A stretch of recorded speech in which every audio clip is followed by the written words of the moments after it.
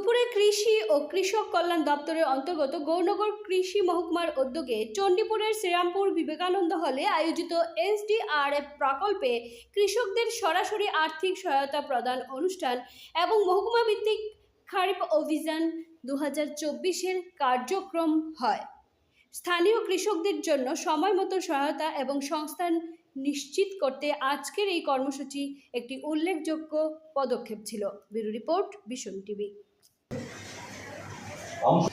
এই অনুষ্ঠানে উপস্থিত আজকের এই সভার সভাপতি তথা যুব বিষয়ক মন্ত্রী মাননীয় শ্রী টিঙ্কু রায় মহোদয়, আমাদের মধ্যে উপস্থিত গৌরনগর পঞ্চায়েত সমিতির চেয়ারপারসন,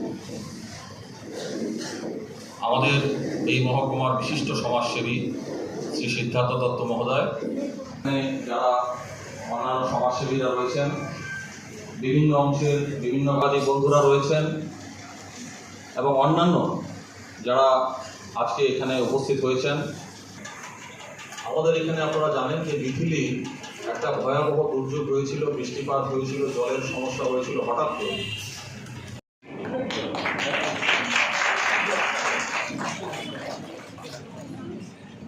আর এই প্রকল্পে এসডিআরএফ প্রকল্পে যারা ক্ষতিগ্রস্ত হয়েছেন অর্থাৎ মিথিলি ঘূর্ণিঝড়ের কারণে সবাই কোটদানি দেবেন। সরকারের এই সুন্দর হয়েছে, সুবিধা পেয়েছেন সরকারের পক্ষ থেকে।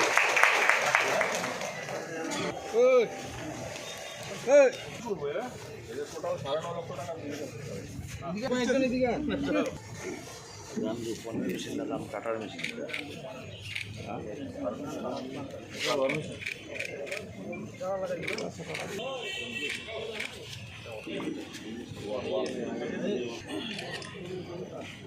ঠিক আছে, অনেকগুলো দুটা মেশিন। এটা সব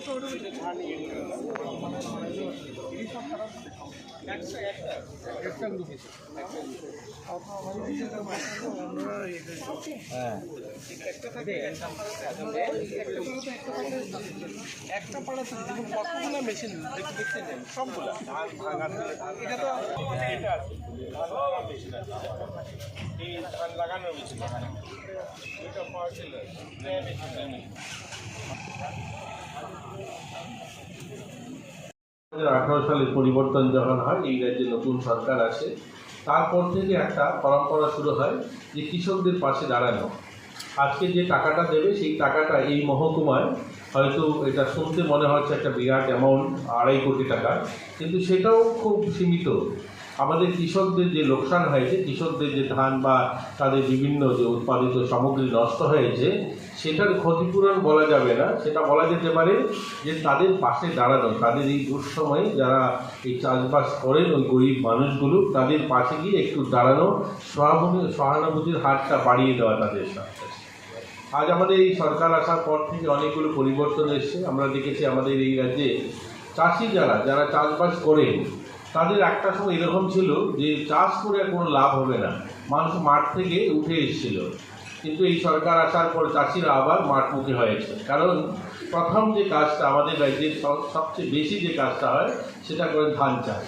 এই ধান চাষ করে একটা সময় ধান বিক্রি করার জায়গা ছিল না আমাদের এত অঞ্চলে, সেটা ঝলাই হোক বা আমাদের বলহর হোক বা চণ্ডীপুর, শ্রীরামপুর, সমরুপাল, যে সমস্ত এলাকায় চাষবাস হয়, ওই সমস্ত গরিব কৃষকরা যারা ধান করতেন, এই পুরো বছরের ধান করে এই ধানটা জমিয়ে রাখতেন, যে মেয়ে বিয়ের জন্য বা ছেলে বিয়ে করানোর জন্য সেই ধানটা বিক্রি করবেন, করে সেই টাকাটা দিয়ে সে কাজে লাগাবেন।